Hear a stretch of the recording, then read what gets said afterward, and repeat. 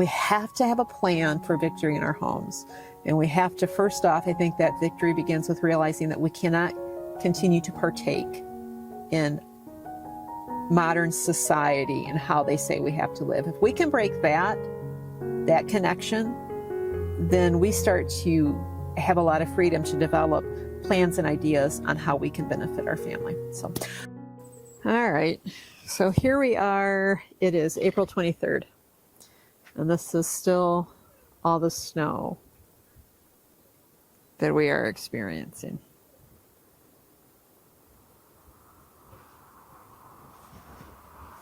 And as you can see, dirt season is at its height. So the ground is trying to drain despite the huge snow melt we've had. It's still muddy, muddy, muddy, muddy. I'm headed back up to the car. I have some things I want to share. We had to park up near the road because our driveway is so muddy. And I'm going to sit in the truck today because it's closest. I wanted to give you guys an update on Ron. Because it's been almost a week. I cannot even believe how fast time goes by. But it's been almost a week since my last video. And it was a week today that we went into the ER because of Ron's flashing lights in his eyes. Those, as the ophthalmologist had stated, they were age-related, and it probably came from a fall that, now he didn't say this because we didn't talk about it, but they did ask about the fall in the ER, and then later research said that a fall definitely can, when it's age related and you know that connection is weak already, can cause them to separate. It can take 2-3 weeks, and that's what it had been, was a severe fall outside. And Ron has had several in our weather, but this one was the worst. So praise God, that's great. He had quite the adventure experience, I guess maybe experience is a better word, at the ER the day I made the video, the last video. It was very overwhelming. They got his blood work mixed up with somebody else's blood work, who was having some serious trouble, and they were like ready to rush him into surgery and stuff. It was unreal. And he says, all I can think is, I can't believe you're not here with me. You're always here with me. This is the one time that, you didn't come. He wasn't trying to blame me or anything. He was just saying, he said, I can promise you, you will never not come again. When I go to the doctor, you're going to the doctor. So it wasn't putting that figure that's when it happens. But I'll save the story. I wrote it out for a couple of people I sent it to, because it really was. It was a whole ordeal. And when I say they were ready to rush him into surgery, I am not kidding you. They were ready to do exams on him that prisoners have done to them. And he was like wanting nothing to do with it. Thankfully, after it took him 6 hours to get in simply for a CT. And in that whole time, they, again, he just had blood work Friday. They drew blood work again on Saturday, and he had blood work Thursday. They drew blood work again on Friday. And that's where the whole ordeal got complex, because the guy across the room from Ron had the same birth year, and somewhere somebody mixed it up. But the doctor that he had the day before, who he did not end up having on Friday, came in to see how he was doing, which was very kind of him. And Ron told him, he said, they want to do things to me that I don't want done. And so he talked with Ron a little bit, and he figured out that indeed the blood work had been swapped. So praise God, all was worked out well. I just will never ever get to stay home again when he goes to the doctor. I normally don't. It was just one of those things, we both agreed going in, it'll be easy peasy, quick and cheesy, and it was not either. So With that said, I have had quite the enlightenment this past couple weeks. I only hesitate because I don't share a lot with you guys, because as much as we invite you into our home, we just, I mean, your personal life is your personal life. So you kind of just keep certain things, to your chest. And my thought processes, the things that I observe, the things that the Lord, I believe he takes me down through, I usually just share them with my husband and my kids, and that's it. So though we do talk about things of God on this channel, I usually don't talk about things that overwhelm me in spirit. If you're like me and the Lord has made you very sensitive to things going on around you, that it affects you in a physical way, because it affects you emotionally, and I think that's, in my belief, that's because we're supposed to be that type of have that type of sensitivity. Not everybody does, because not other people have different gifts, different. Everybody can be, I guess. Everybody can be, but not everybody is. It's like, there's different gifts, and I think sensitivity to how things are connected in the spirit realm, how Satan's attacking, how he attacks people, families, societies. I think that that's something that is kind of in line with a gift, because it burdens you and it causes you to seek the Lord and to pray for those things. And that can be a very overwhelming at times. And I think any gift probably can be, especially when it's truly your gift. But for me, I think deeply, and that's not to say that I have superior thought. That's not what I'm saying. But I think deeply about things, and it keeps me up at night. I wake up to these things, not because I'm worried or I am bothered. I'm not worried, but because I know the Lord is impressing something. And I guess, if you aren't like that, then it's hard to understand. But if you are, then it's easy. You'll know what I'm talking about. But so I have refrained. Ron and I both have refrained from making our channel political. And I made a comment a few months ago that I was very political, but I was not going to get into all the things going on. And I think that terminology was incorrect, because in reality, I'm really not political as far as a right and a left at all. I am, however, very aware that Satan uses the political realm to destroy God's creation. And he has got a mighty hold, a very bold hold on both the right and the left. I said the other day in a video that, or I think it was my last video, that this whole thing is neither right nor left. Okay, this is not a right and left issue. This is an evil issue. And Satan doesn't care how he destroys God's creation, just that he destroys them. So I've been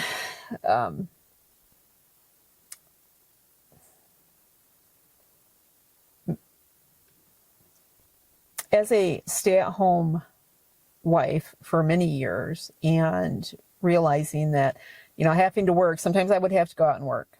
When Ron hurt his back, I had to go out and work. I became a bus driver for a school system. I would in earlier days when we were first married, I tried to babysit before everybody had to be licensed. Now everybody has to be licensed, to try to bring in a little extra money. I would do different things like that. I would clean a couple houses, you know, nothing that would take me away, but something I could do in a couple hours, once a week, twice a week. And then when we had our third child, and Ron came home, and we opened up our Etsy store. It was kind of a thing we could do together, and my work became much fuller time. And then sometimes it was consuming. So sometimes even when you're at home, it's consuming. But the whole point of this, the whole process, why I would do those things before, even in the 90s, early 90s, was because it was almost impossible for a single income family to keep mom at home, and raise the kids, buy a house, even a modest house, buy a modest house, keep food on the table, keep some type of vehicle going. It was like almost impossible then. And as time has progressed over that period from what are we talking? We're talking almost 40 years. Open up that door for some air. Whew.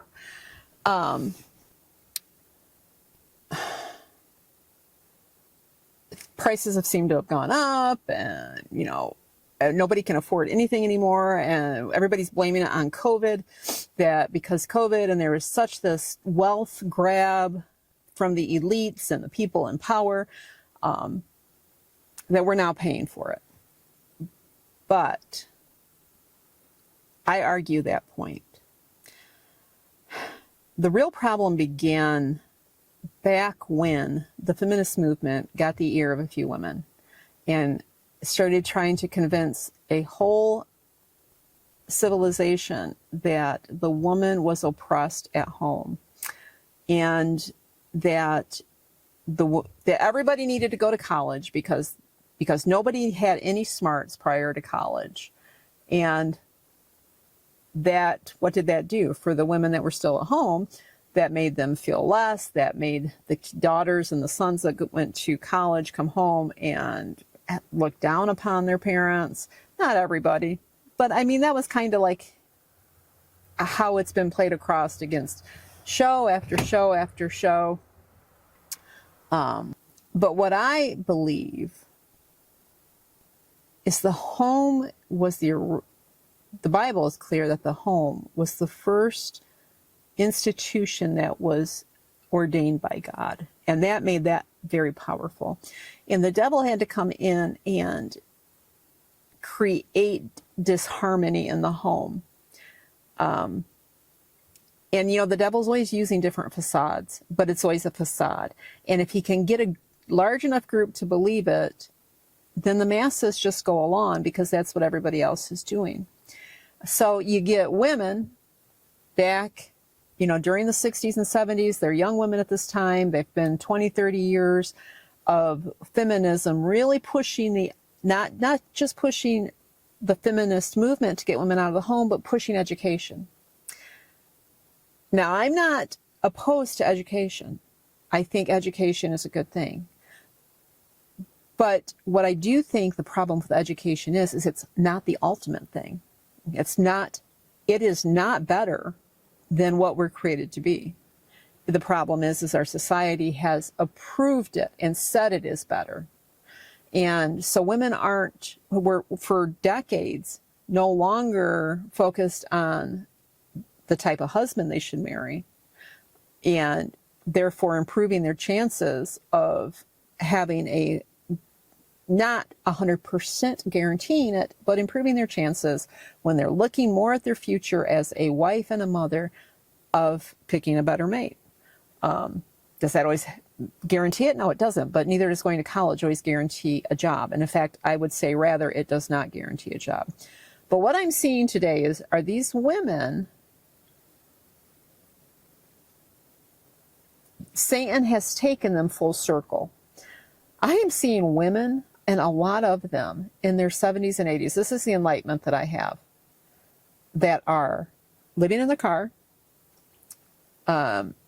because they can't afford to live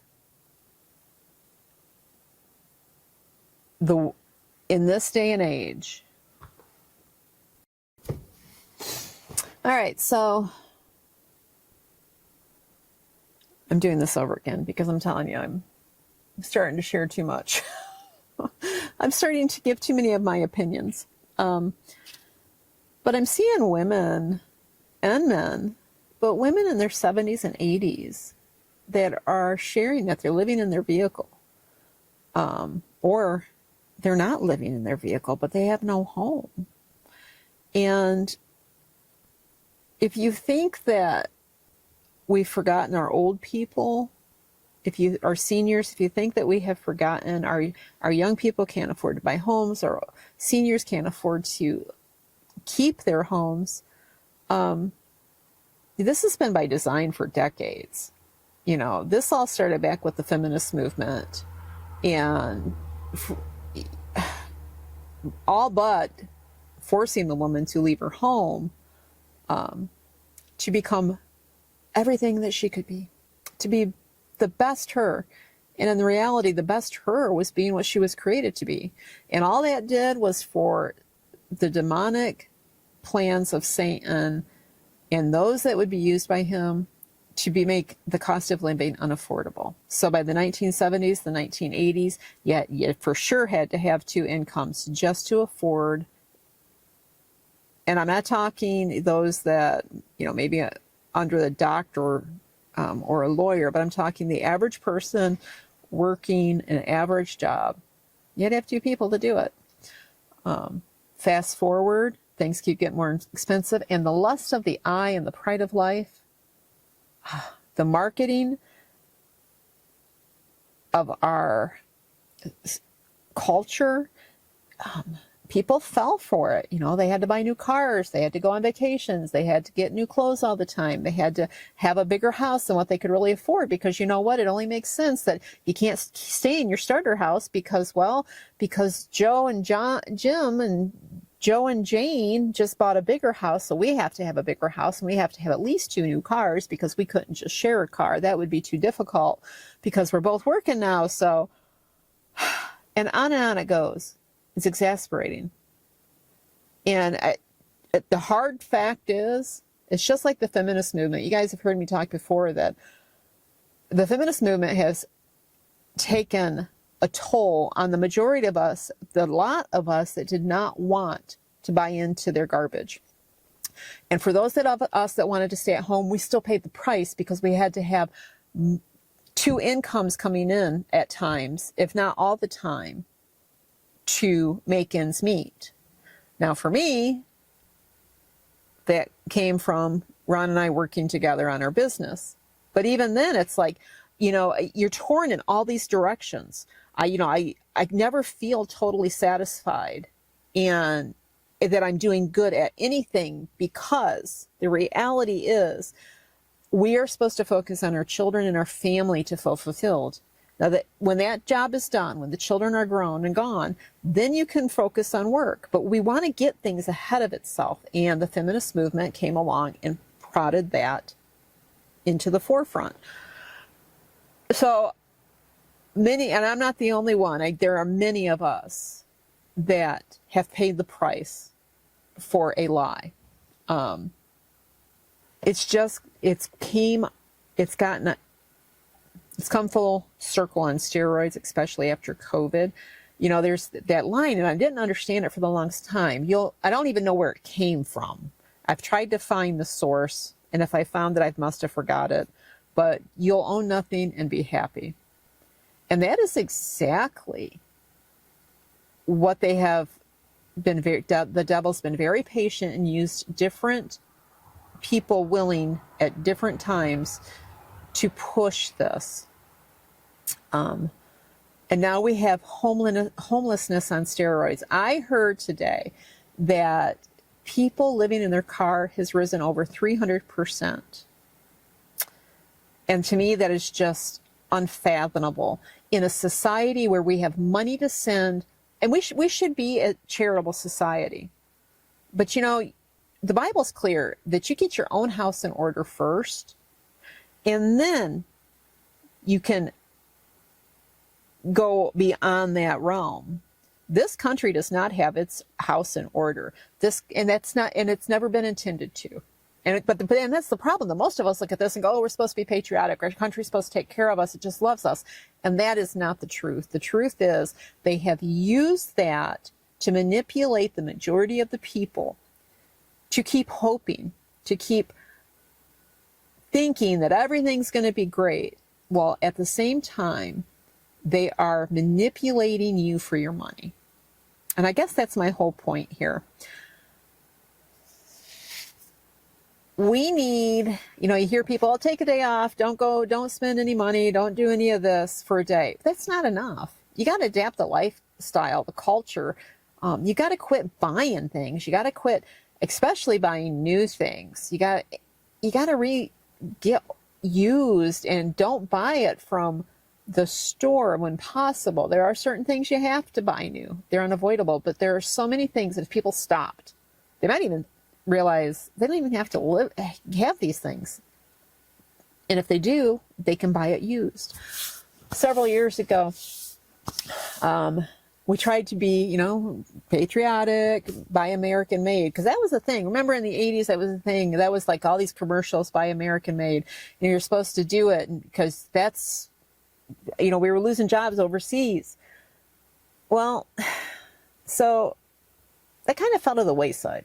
That wasn't quite the push. And Ron and I just thought maybe we missed something. So in the 2000s, we tried very hard to buy nothing new if we could avoid it. If it was avoidable, we only bought used, and we made sure that we didn't buy it if there was an option from China.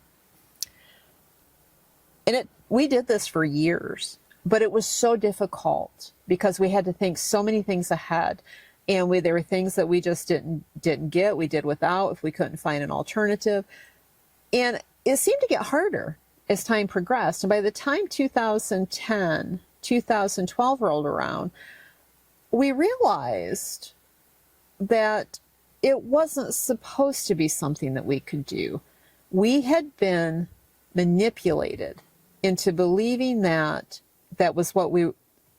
what our government wanted, was for America to be first, for America, buy USA. That was not what our government wanted. And how do we know this? Because of two things. First off, because they sold all of our businesses over to China. They import so much junk from overseas that could be made here. You want to make junk? You want to buy junk? You want to sell junk? Okay, fine. At least make it here. No, because there's not money.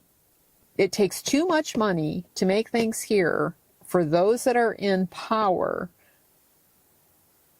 that it's cheaper to do it overseas. And if you stop and you think about it, how many times have you heard, especially recently in the past few years, you'll hear it from the government one day, China's our biggest enemy. It's the biggest threat to our nation. And then on the next day, you hear about the great deals that they're making with China, and that China is going to be importing more products. We're going to be buying more products from them. Well, when you stop and you look at that, you realize you've been gaslit. And that really reveals what our government wants for our people. So if you're waiting for the government to fix things, if you're waiting for the government to be the answer, you're going to be waiting a long time. I grew up, as I've said, in a narcissistic home. It was a covert narcissist, which means they're not the grandiose kind. You don't, if you just meet them on the surface, you think, oh, they're a great, wonderful person. They're mild. They're kind of quiet. And they're just super nice. But when you get to know them, you realize that they have an agenda. And the agenda is not what it's presented as. A covert or a narcissist will manipulate you so that no matter how it ends, they're going to be the winner. They keep the grift going, and they create the drama so that they can say they have the answer. You don't realize they're creating the drama because they present it that they're fighting for you, that they're in it with you, when really They're behind the scenes causing the problem so they can appear to be the white horse. Well, the reality is our entire government, 90, and this is my opinion, it appears that the majority of our government are narcissists. Do you know that Satan is the master narcissist? Do you ever think about this? He was the original narcissist. And I think that's why there's so many narcissists in the world. It's a spirit. And because why? A narcissist wants all the glory. A narcissist wants to be the best in the room. A narcissist wants everybody to bow down to them. A narcissist wants it to be all about them. And that's what Satan was. He wanted to be God.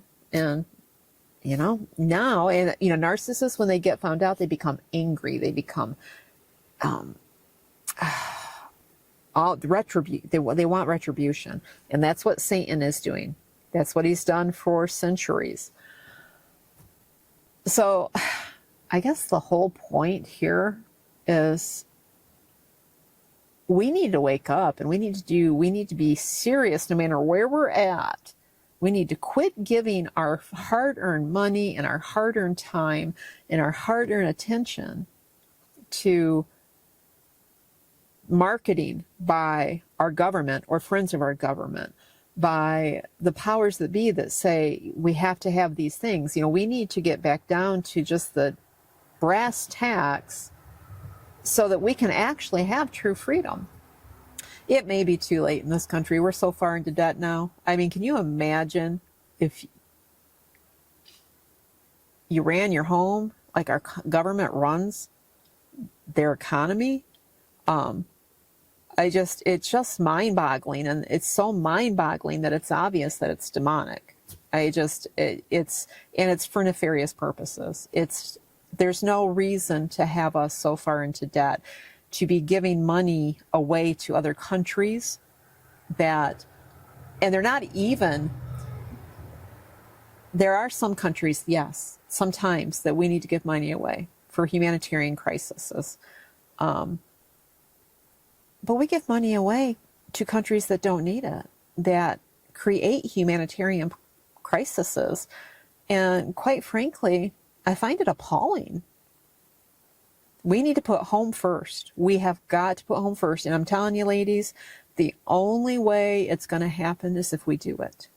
So, okay, well, this really is, I'm going to be honest with you guys, this is not what I wanted for our channel.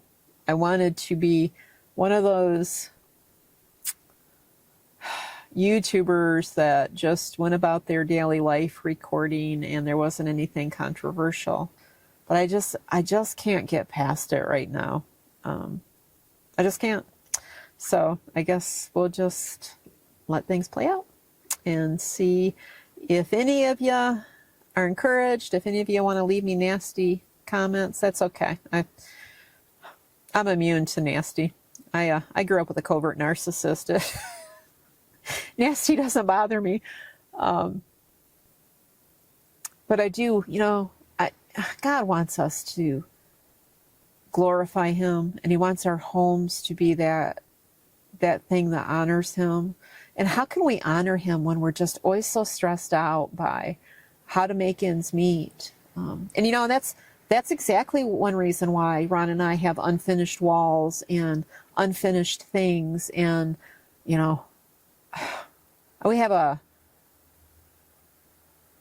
never owned a new car. We have bought several used cars, and we've had several cars given to us as gifts. My sister, or actually it's my brother, she just brought up her 2004 Jeep that she had given to my brother a few years back when she got a new Jeep. And he no longer drove it, so he gave it to us. And you know what? It's beautiful. It's great. We bought this truck back in 2020. It was used, and it had a lot of miles on it, but it's worked. And so I guess, there's lots of ways we can avoid stress. We have to have a plan for victory in our homes.